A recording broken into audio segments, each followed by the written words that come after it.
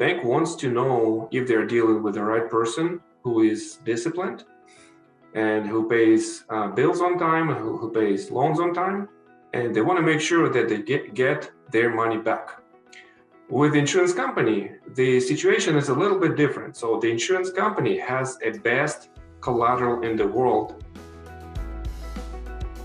Today, we're going to talk about 4 frequently asked questions that we get related to whole life insurance. My name is Dan, and I'm here with my colleague, Roman, and we both work with Ascendant Financial. Quite often, we get different questions related to whole life insurance. So we thought we'd just do a little video today to help answer some of those questions that are frequently asked. So the first one is, does a policy loan show up on a credit report, or does it impact your credit score? Well, the real short answer to that one is no.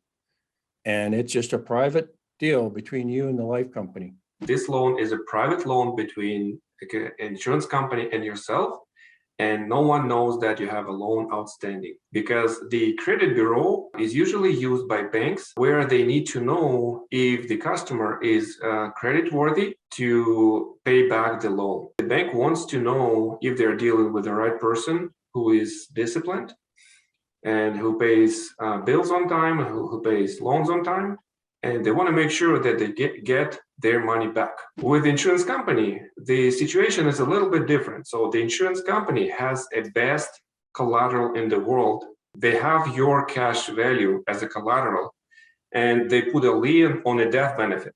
So in the worst case scenario, if the client doesn't pay the loan back and he passes away, then what happens is the insurance company takes the death benefit, deducts the outstanding policy loan and interest. The remainder they pay to the beneficiaries. That's why they don't really need to check your creditworthiness, and they do not report the outstanding loan to the credit bureaus.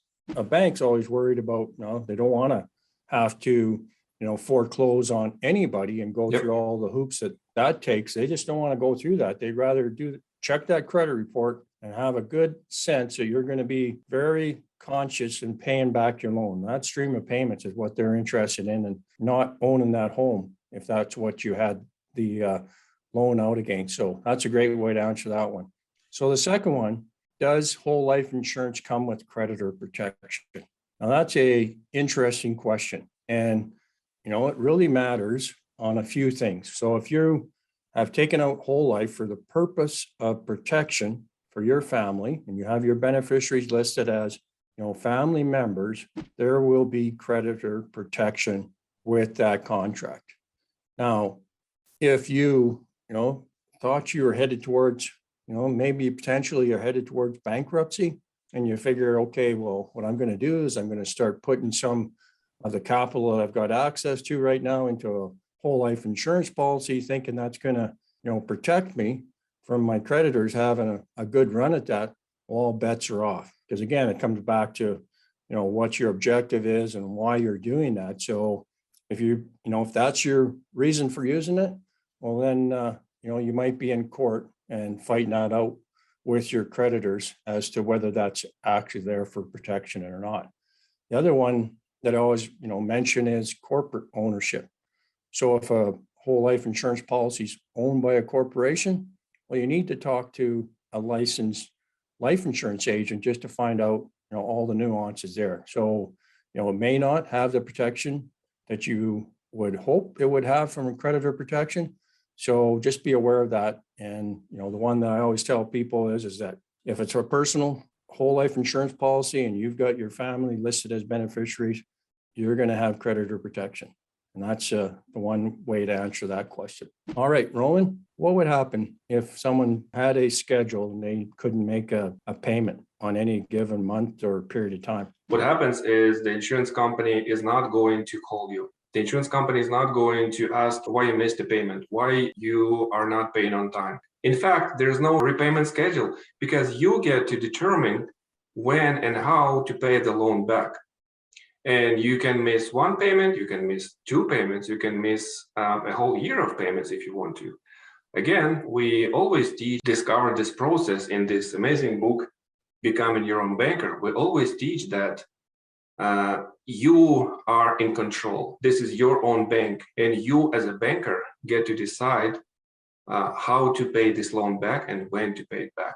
It's really about control, right? You have that control. And it's so nice to, something does go, tough for you for a month or two, you get the latitude to decide, okay, I'm not going to, I had a schedule, but I can't follow it right now. You get that latitude. It's just a great sense of peace of mind that comes with this process.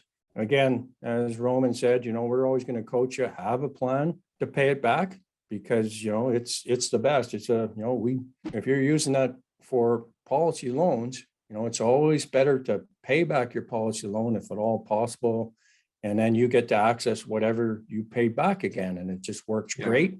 If something changes, God forbid you lose your job or something like COVID pandemic happens again and things change on you, it gives you flexibility. And that's one thing I like about policy loans. It's really unlike anything else that you have out there from that perspective. So the next question we get asked from time to time is kind of an interesting one. And it's just like, well, what happens if I can't make my premium payment? And that's a really interesting question. So first and foremost, what I would say is, it depends on what, how long you've been into the policy for. So if it's in the first year, that's not very much an ideal situation. Now, when we design a policy, we always keep flexibility in mind. That's one thing. If you're working with somebody else, they should give you flexibility so that, you could pay less than the total premium. And that's just something we do with all of our clients, just in case something happens, gives you flexibility. So if you couldn't, now, for some reason, let's just say 2 or 3 years out, 5 years out, you can't make a premium payment. Well, what you want to do is look at your options. So if you have cash value built up in your policy, that may be one option that you can use. And I've seen that done and it works very well. The other thing that you can do is even talk to the life company. We do that on behalf of our clients. We'll have a conversation with the life company saying, okay, this person's in a position where they can't make their premium payment this month. What are the options? And we go through those options. They will work with you to help you out if you get into that situation in your life. Always have flexibility when you start. That's something, no matter who you're working with, they should be able to give you flexibility just because, like Roman said, life happens and you want flexibility. And just so if you get into that situation, you can make a change and hopefully you can get back to where you were down the road. But just make sure you ask the right questions, no matter who you're working with. So those are the 4 kind of questions that we get asked quite frequently that we wanted to answer for you today. Now, I'm going to encourage you, if you have thoughts or comments related to this or other questions related to whole life, we'll just put them in the comments below this video. And, we'd love to answer those questions for you.